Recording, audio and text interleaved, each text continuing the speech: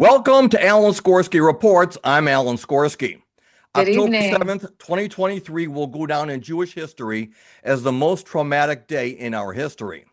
On that Simchas Torah, news spread through the Jewish world outside of Israel that Hamas had launched the bloodiest massacre against the Jewish people since the Holocaust.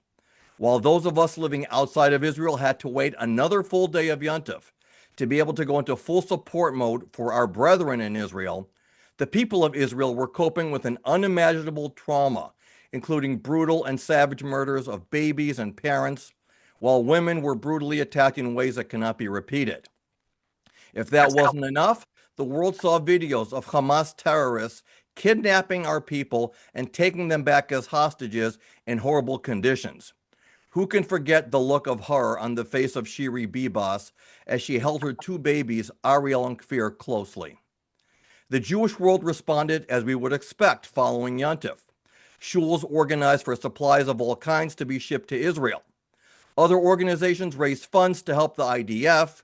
In Israel, supporters made dinners and barbecues for the troops. Volunteers inside of Israel and those visiting helped make sandwiches, worked on farms picking fruit, and whatever was asked of them to support the brave Chayalim and those who were needed on the front lines. While this was going on, one courageous woman, whom I can only describe as an angel with a golden neshama, asked, "Who is taking care of the children who lost both parents?" Today, I am honored to meet and have a chance to speak with Marlene Kolangi, founder of the charity Israel Orphans of October 7th, who as of today is supporting over 150 children. Marlene, it is an honor to have you, and thank you so much for taking the time out of your schedule to visit.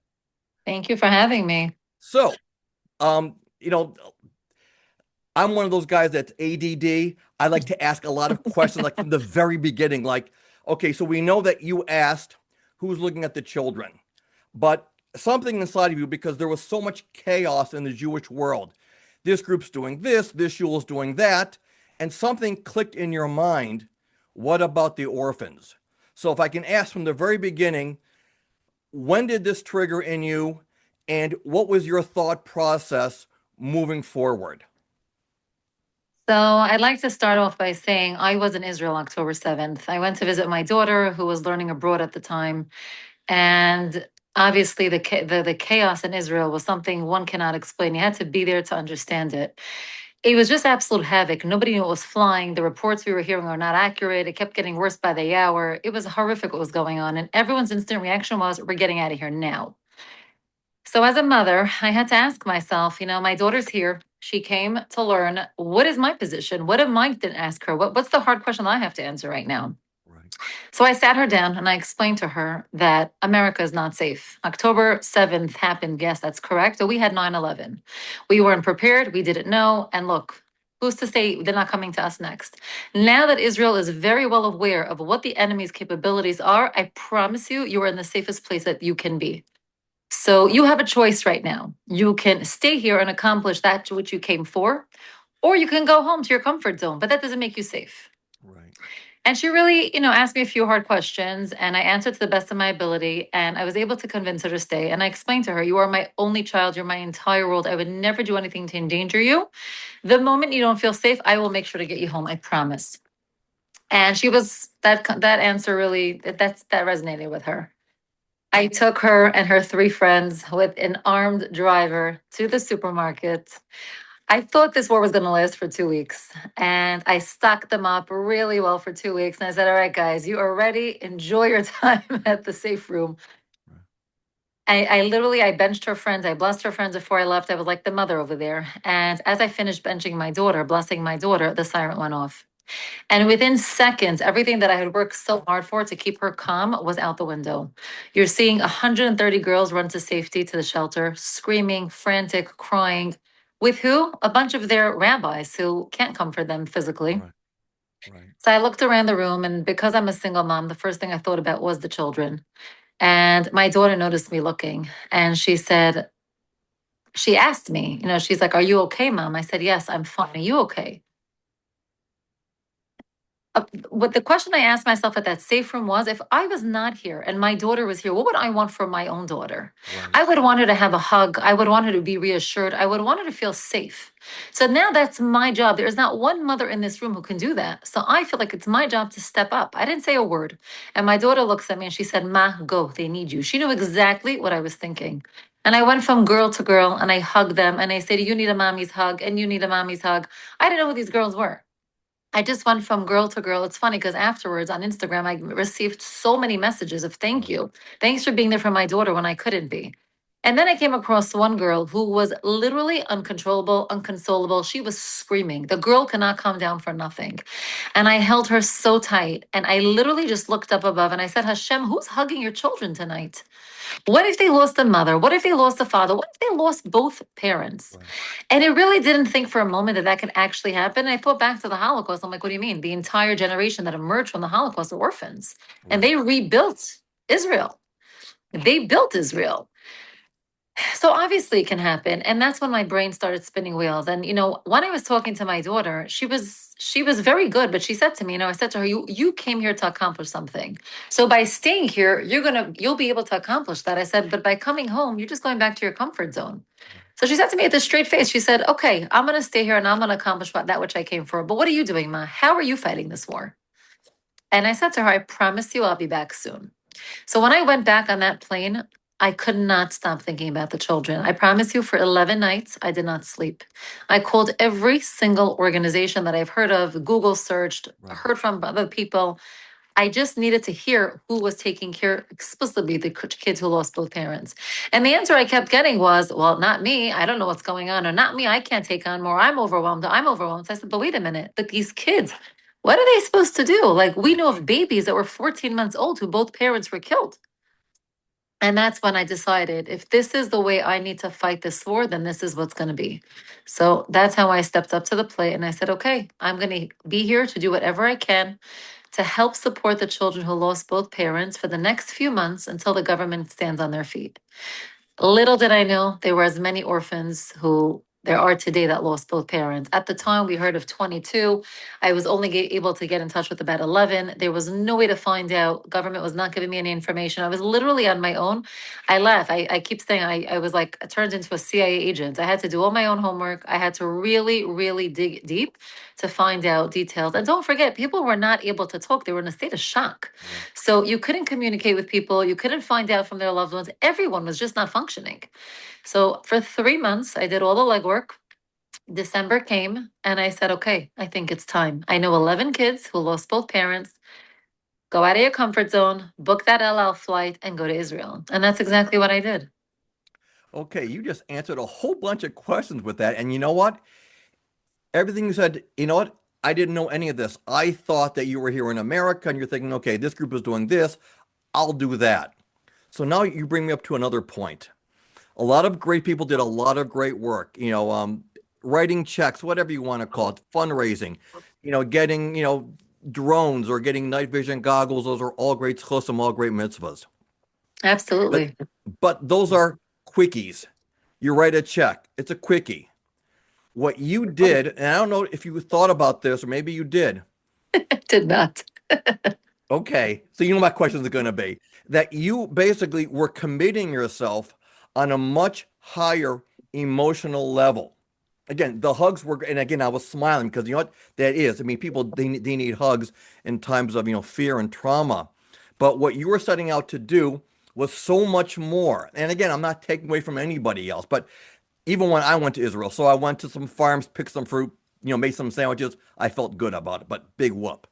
There was It's no, beautiful. What do you mean? It's more than okay, it the was nice, numbers. but but what you do required a much deeper and emotional and long-term, commitment. So when you first began this, did you think, okay, I'm going to go all out, and at some point someone's going to pick up from where I left off? Because I know that you have a successful business back home. I think in the fashion or the wedding business. Good for you. Correct. Um, and now you're committing yourself to something that isn't something that you can just drop or just hand off to somebody else. Or maybe did you think that eventually, you'll get the ball rolling and you'll get people so excited they're going to want to say, you know what, we'll take it from here. I'm going to be very honest with you. This was never my intention. This was never my plan. That's why I keep saying I'm no saint. I just rolled with the flow. That's really all it was. When I started this, it was an initiative. It was not an organization. It was me taking money out of my bank account. It was me taking my savings money and saying, all right, we're going to chip in for the next 6 months. I'm going to give $1,000 per child who lost both parents, just until the government kicks in and is back on their feet and is able to help these families. Because don't forget, there was a lot of research to do. There was a lot of every single person needed a case manager. Every single person, I mean, some people's homes were destroyed. Every single person's level of loss was different, very traumatic, but very different. So the government had to basically put all the pieces together in order, to know exactly what they're giving who and what. So I really just thought it was going to be a feel good 6 months. Let me help them until the Right, government kicks in. And then I'm going to go back to my life, meaning right, I'm a single mom. If the bills don't get paid, what am I supposed to do? Like right, my household depends on me. When I started with 11 children, I went from home to home. I wanted to witness firsthand the loss, the devastation, the trauma, what was needed to rebuild, what was needed to repair them physically, mentally, psychologically, emotionally. And it was far greater than I perceived for it to be. You hear stories, but until you don't visually see it, you can't right, comprehend the level of loss. right, You can't comprehend the nights that these kids go to sleep and they replay these images in their mind of their parents being abducted or their parent being murdered in front of their eyes. You can't seem to understand it till you actually see it. So when I saw the loss and they saw how I felt so connected to them and how I really genuinely cared, it started to spread. Meaning I went from 11 kids to 14, 14 to 22, 22 to 28, 28 to 36. By Pesach, right after October 7th, I was at 36 kids. Now that meant $36,000 a month that's going out. I said, wait a minute, I can't do that. Now what? So I started reaching out to people and telling them what I'm doing and what the level of loss is and explaining to them how we can't do this alone and they can't go through this alone and they need our support. And I was able to collect here and there and whatever, the case was. right. But then I kept going because I realized, it was 7 months. I spent more time than I said I would allocate to this, but I realized we're nowhere near done. But the level of help that they need is far greater. And I'm going to explain that to you now. I went to visit a family who had literally lost everything. They were in Kibbutz Be'eri. They broke into the safe room. They told the wife, you're gonna watch us torment your family, person by person. They murdered her mother-in-law. They murdered her husband. They murdered her 8.5-year-old baby she was holding very tightly in her arms. And then they said, now watch us hurt you. And they put 5 gunshots from her shoulder down to her thigh. And the shrapnel went into her 9-year-old's brain. The 4-year-old was behind her. She was very tall. He was holding on behind her and they didn't see him. And the luck was the army was coming in at that time and they heard. She left her 8-month-old baby in the drawer, so she remembers to come back for her. And she escaped bleeding out with her 2 kids. Another kid was bleeding. She carried them to a safe room outside of the back of the house while the terrorists were being confronted by the IDF. So when I went to visit this family, who do you think was taking care of the children? The 73-year-old grandmother. She was actually in rehab for a year and a half. She was already an outpatient at that point, and she wasn't around. And I went to see the kids, beautiful 9-year-old and a 4-year-old, totally looking like zombies, glued to their Xbox, no communication. They're not even looking up to say hello. And I said to myself, wow, this is the future of the Jewish nation. This is what we're fighting so hard for. Can I ask you one quick question before you go further? Yeah. You're at Kibbutz Be'eri. With everything you saw, like how were you, or maybe were you like so overwhelmed and like speechless yourself? How did you keep your composure when going to talk to the people, seeing what you just saw and having heard before? Like the story you told me about, the mother and everything. I'm like, you know, sick. So Just when here. I went to hug the mom, I just don't want to say their name just for privacy Right, purposes, but when I went to hug her, we just cried. right, And when you cry together with someone else who's in pain, they feel that you feel their pain. Now, clearly, I didn't lose what she lost, but the right, sensitivity that I showed her right, when I came for her spoke louder than words. So when I sat down to speak with them, they were already all in because they were comforted knowing they're not alone. They right, were comforted feeling that there's someone who genuinely cares. I don't come with cameras, I don't come with videographers, it's just me. So when it's just me, they know it's sincere and they know I really care. I'll tell you a story. I mean, after this, but I'm saying for right now, just that you understand, when I saw the children on their Xboxes, I really, really was worried because I said, if this is the future of the Jewish nation, where there's no healing and these kids are not going to school and they refuse to get help, what does our future look like? What are we raising? And that's when I got to, I got to be very nervous. And then I asked myself the big question, am I done here? If I were to walk away now, 7 months later, which is already more than I had allocated time for, would I be satisfied? Do I think my mission is completed? And the answer was no. I knew there was much more to do because I witnessed the physical, psychological, emotional, traumatic loss of each and every child and parent. We're dealing with a far greater picture than we were portrayed on Instagram, on TV, on social media. I was seeing things, in the front lines in real time, and it did not compare.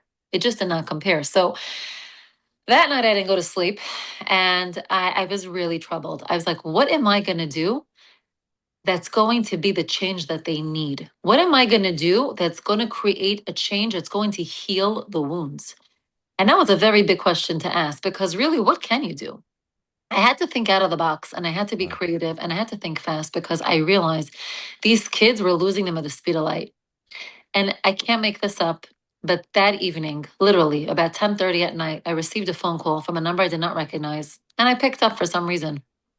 It ended up being a follower who has been watching me for a few months and he has a business in Israel and he said to me, "I'm blown away watching you and I want to be a part of this crazy Well, change." I know who it is, but go ahead. What was that? I think I know who it is, but go ahead. So Yeah. I said to him, "Thank you so much. I'm very touched." Right. And he said, "Listen, I have a client coming in. They're making a bat mitzvah for their daughter, and they're allocating X amount of money to make a difference in Israel. And the first person that came to mind is your organization, the first thing." I said, "That's so kind of them. It's so thoughtful. What do you have in mind?" He said, "We have $18,000 to donate, but I want you to use it towards something that you wouldn't do otherwise." I said, "Listen, I have to raise serious money now to give out to these children. Right. $18,000 covers 18 children who lost both parents. That's a huge help." He said, "No. Right. I'm watching you long enough to know and understand how you think, and you're always thinking a step ahead. What is it that you want to do that you can't do because you're limited with funds?" I promise you, it was like I was so blown away. Like, how did God orchestrate this at today, out of all days? And I said to him, "You see, this is what happened today. And I think what I really want to do is open up a play therapy center." He said, "I'm sorry, I'm not following. What does that even mean?" Right. I said, "I want to open up a center where kids will come to heal through play, but they'll have no clue they're in therapy." He What said, made you think of "Children." that? I mean, do you have any type of background? Like, because I'm a that's fashion designer, not a therapist. right. So, like, what made you think of that? So again, I had to be creative. I had to think out of the box. And I realized that obviously commercial therapy or mainstream therapy is not working for these children. Right. So what can we do to interact with the child in a way that will feel wholesome, sincere, and natural, where they will begin to open up on their own pace? And that's what I thought of. Right. So he basically said to me, "You're dreaming. It's never going to happen. This is Israelis. It's going to be very hard to introduce a concept like this to them. They're not like this. They're not innovative. It's not going to work." I said, Right. "Listen, I'm going to pursue this avenue anyway. I really feel with my heart and soul that we have nothing to lose by trying." He said, "Let me think about this and I'll get back to you." He turned to the donors and they said, "Absolutely, count us in." He said, "But how are you going to do this? You're a fashion designer. This has nothing to do with the kids. I mean, like, how are you going to put this together?" I said, "I have an idea." And I called a dear friend, the mayor's wife in Ofakim. And I said, "Eliza, I have this brilliant idea. You may think I'm crazy. I've been told so before. But I really feel I have a way to help the children who have lost so much in your city." Now, there were 41 orphans at all ages in the city of Ofakim. Right. She told me the same thing. It's not going to flow. It's not going to work. But then she said to me, "You sound so determined that I'm willing to give it a shot." I said, "You have nothing to lose. Only person who has to lose here is me because I have to raise the funds and I have to take the risk. I'm asking of you for two things. I'm asking for a location. So I want one of your JCC centers pretty much. That's what they call, the areas in Israel. It's comparable to JCC. Right. It's called a matnas. And I want your top employee who has lost a loved one, who understands pain and is good with children." And she said, "That's all you want from me?" I said, "Yes. The rest is on me." I said, "We're only doing this for 6 months because I don't have the funds that we need." I thought we needed about $86,000. I was way over. Hmm. Within 3.5 weeks, we launched Israel's first and only play therapy center in the city of Ofakim. Now, we did it together with the surviving parent. Why? Because the children, some of them, felt very, very upset with their surviving parent. How come you didn't think of me when our father went out to save the city holding a sponge stick and slippers? Did you not think that I may be an orphan? Right. So the feeling of guilt that these mothers were holding on to were horrific. And I said, I'm going to change that. I'm going to create memories for the family now that will be good and positive in an understanding environment so that it's just comfortable and it's healthy. We started with chef therapy and dog therapy. And let me tell you, it is life changing. And I say this wherever I go. I never cared for animals. I'm not one of those, I have to have a dog in my home type of person. Right. And today I have so much respect for God's creations. Right. I think that He created every single animal with such brilliance because they all have such a different way of giving and Right. connecting to people. And when you watch it firsthand, you really are blown away. I can tell you, I had kids who are 2 years old at the dog therapy center who are changed children. They are confident, they are positive, they understand when they're in pain, they know how to talk about their father, how to sing and dance when they hear their father's name. Like it's not normal and it's not ordinary. I Right. have kids at horse therapy already for 26 weeks. They won't stop. They don't want anything else. Right. The way you see them communicating, the way you see them understanding and taking care of the horse and the love that the horse gives them back, it's not, you have to witness it. It's just every time I go, I feel so infused and so recharged. And I say to Sure. myself, how can I stop now? How Yeah. can we stop when we see the results? Right. You mentioned one of the articles that I read that your organization is based on three pillars. Correct. Okay. So if you would um, give us, tell us about those three pillars. So what we're doing, unfortunately, doesn't exist in the entire Israel. I wish it did. It means I'd be back at work much faster. Hmm. But what we decided to do, what we did from the beginning was we give out financial stipends. They're called Tav Zahav gift cards. I was always taught to give with dignity and pride and not to give in a way that the receiver Right. feels like they're receiving. Right. So what this is, it's something we worked very hard to arrange. It's a gift card that you can purchase in about 108 stores, if I'm not mistaken. Anything from groceries to shoes to socks to furniture to bedrooms to linen to anything you could think of that will help alleviate the financial stress of the family. Now, I'm really focused on the families who needed the help, especially after October 7th. Some families were not recognized by the Israeli government due to their circumstances. Some families, whatever they received was not enough. They have large families. We Right. really run the spectrum with families in terms of sizes. We have ultra Orthodox with 9 kids, 10 kids, and we have extremely secular, not affiliated with 5 children. So, like, it doesn't make a difference. It just matters that they need the extra help. And that's really what we've done. As long as I raise the money, that's I personally hand deliver it every single time I'm in Israel. That could be every 3 weeks, it could be every 6 weeks, but it's given out every month as long as I raise the money. Right. In addition to that, we established Israel's only play therapy centers. It's a very expensive ordeal. For example, I have 34 kids who show up on a weekly basis in Ofakim. I have now added this week 8 children. Now, we don't have room in that center, so I had to turn to another horse therapy ranch and say, hey, I need dog therapy for 4 kids, I need horse therapy for 14s. Now, I will never turn a child away. As long as there is a need and there is a understanding that this will help, I'm Right. in. So we're growing, unfortunately. The numbers are not getting smaller. We just did a soft launch in the city of Ashkelon. 59 orphans in the city of Ashkelon, of which 34 under the age of 18. That's a lot of kids, Right. a lot of babies. So, I was just there 2 weeks ago. I went to hire and fire. I went to interview each and every family, each and every child, each and every worker, everything, every single therapist. You have to connect to these people. You have to feel that they're in it. And you have to feel that they genuinely care. Right. So I was going to ask you, because you mentioned Israel, how often do you go? And when you go, what is your typical itinerary? Oh, you don't want to know that. It's a heavy loaded question. Okay. So the first pillar was the financial Right. stipends. Second one was the play therapy centers, Right. which right now we have 3 centers in total that are underway. Right. We have one already established, one almost at the finish line, and one for teens, ages 16 to 23. So it's a little bit older than teens. Right. That's going to be helping with drug abuse. And the third thing that I personally do every single week is I call each and every child every single home, every single Friday. I could be on the moon, I could be traveling, and if I'm traveling on Friday, I will call Thursday. I don't miss a week. And I think that was really the strongest and most giving thing I could do for them. It does take me 9 to 10 hours every single week at this point because I can speak to a widow for 45 minutes. I could speak for an hour and 10 minutes. I could speak, for 3 minutes. Right. But that really established a sense of security with the kids.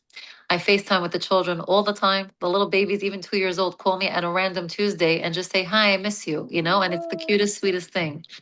So it really fostered a sense of family. And for the people who are receiving, they feel like there's always someone on the other side that they can call at any time of day or night, and I'm there for them. It's hard. I'm not going Right. to say it's easy, but just to hear that they're doing well and I hear how much they appreciate it, it means the world. That's why I read that some of the kids call you Doda Marlene, Yeah. which for those of us who were yeshiva educated, it means aunt in Hebrew. Yeah. Idea you just gave me though, because they have these different programs like, adopt a bubby type of thing.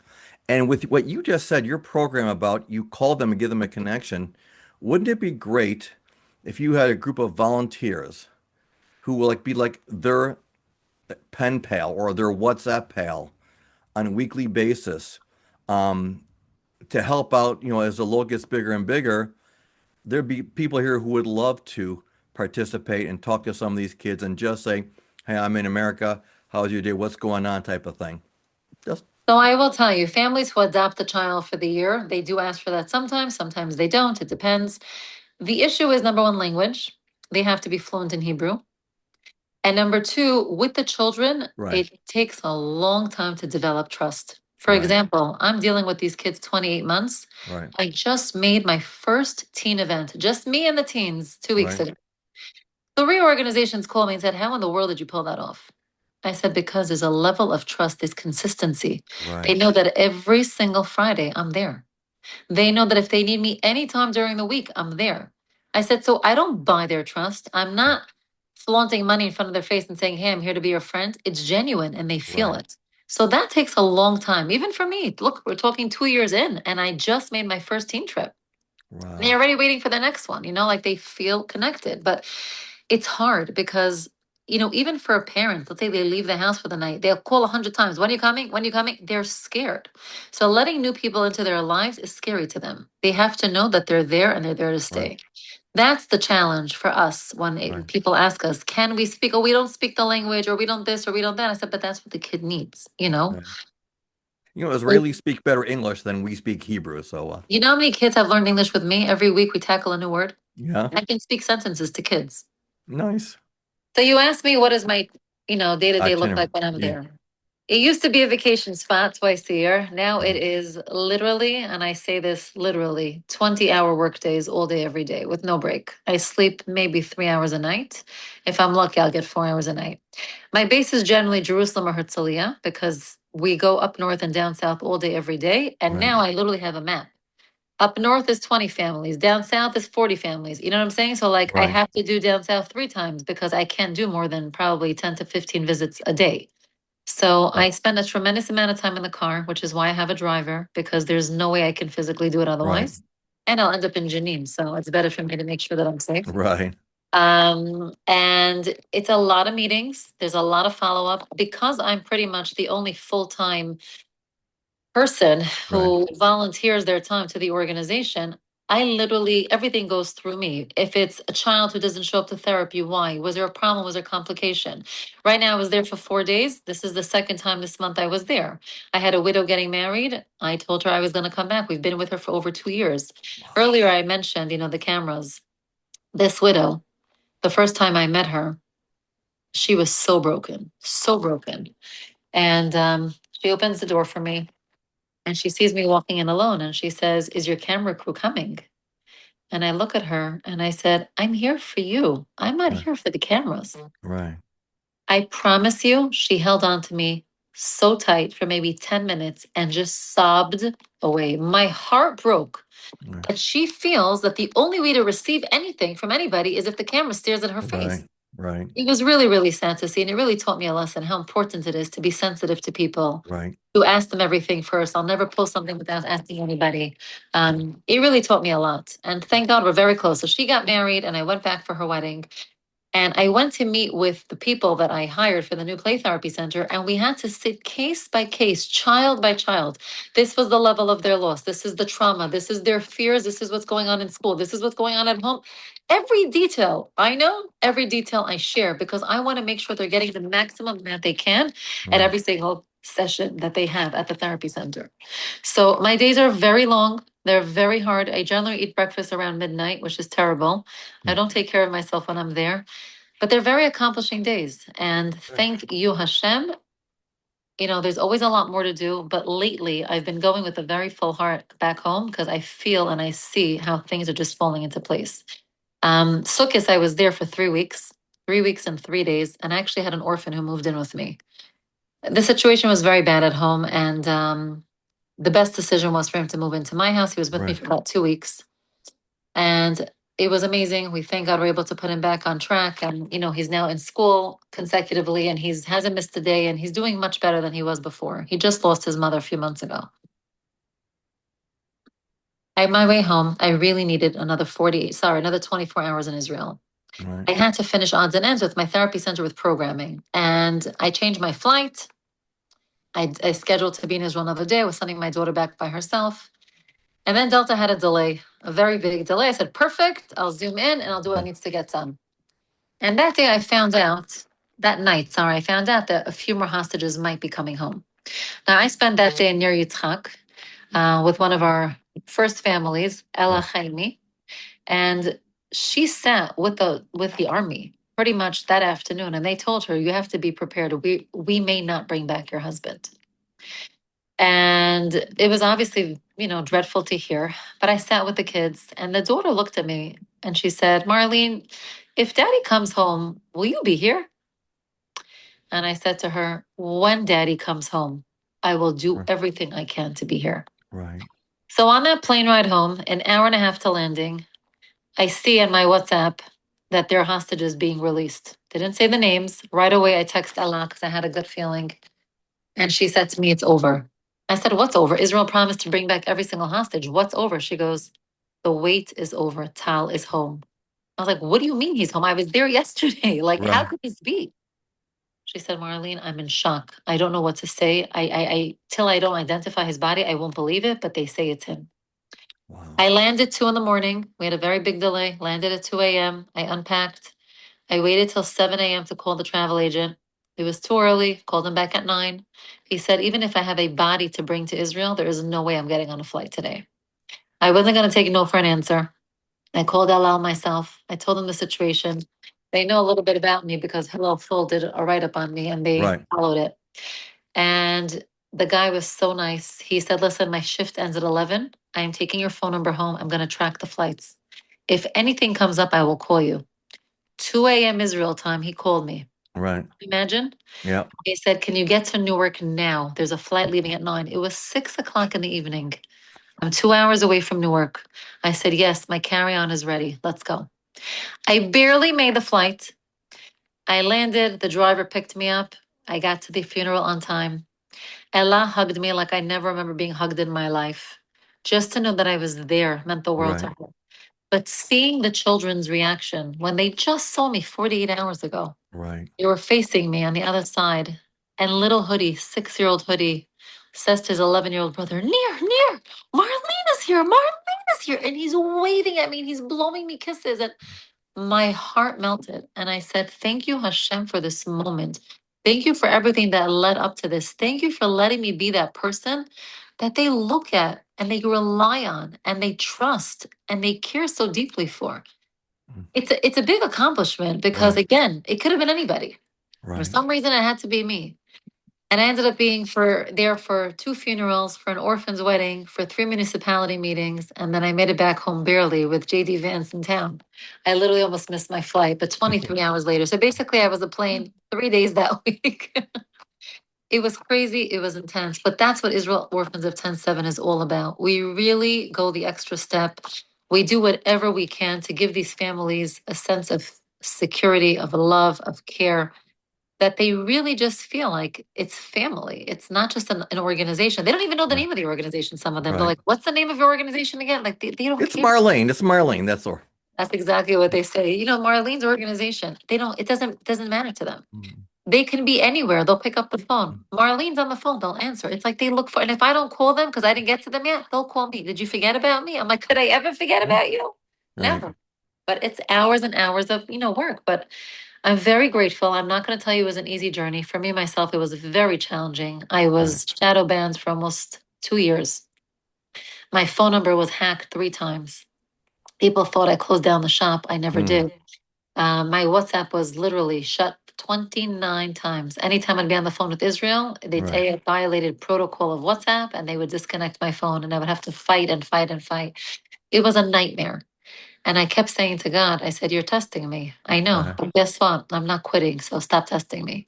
Right. And that's exactly what happened. I stood strong. I persevered and thank God we're heading, we have one play therapy center successfully done.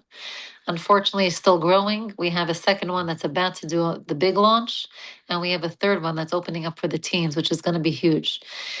And now we have also another 4 small mini centers that just this week where we started to work on because we have kids all the way in Hadera that have nothing going on over there and they Right. need the help. So we're doing mini centers where we're working with the municipality to make it happen so that it's not going to be an official place, but it's going to be a place where they meet once a week under the supervision of X, Y, and Z that I hire. And we're really hoping to make a change. There's tons and tons of babies under 3 years old who That's really good. have to learn how to navigate this reality. Marlene Kolangi, you are an incredible tzaddikus. People are going to want to help you. So please, what is the easiest way? Your website, donation link. How do The people help website you? is right now, we basically, we are turning everybody from the website to the cause match page. Okay. They can always email us at info@Israel Orphans of 10/7. I mean, I can send you the information. Say it They again. can, Info. hold on, I'm going to Yeah, tell you exactly so I don't mess this up. you're right. Because we're gonna put We have also. 3 different email accounts. I Mm. have to just check to make sure I know it. I'm spelling it correctly. It's info@Israel Orphans of the number 10 and then 7 spelled out .org. That's Okay. for anybody who has questions. And then we have a campaign on Cause Match that's active right now. And we would love to hear from people. I mean, it's Good. And if you beautiful. would have your people, or I'll email them. I want to get it again, just so I have it With correctly, because pleasure. we're Yes. gonna pleasure. Marlene, again, been an incredible honor and a schus, and I'm not saying that just to be nice, but it's really a schus to meet you. God bless you for everything you're doing. It's And not just me. I'm just the messenger, but without every single person's donation, none of this can be done. right, I say this right, everywhere I go. I'm just the messenger. It's you, it's him, it's her, it's every single person out there that steps up, even if they're donating $10. Imagine a million people donating $10. yes. What a But you're the difference it can make. messenger, so without the money, it has nowhere to go. So I'm not letting you take take credit I'm away from just the me. So messenger. I'm okay, telling you, this wasn't my good, plan. This happened, and I'm grateful it did. right, I will do whatever I can to make, to basically create a future for the Jewish nation that will be strong and right, resilient and powerful. And they deserve to live the life that their parents would have wanted them to have. So right. together, we can make that happen. God bless, Marlene. Thank you. Thank you. Have a wonderful night. You too.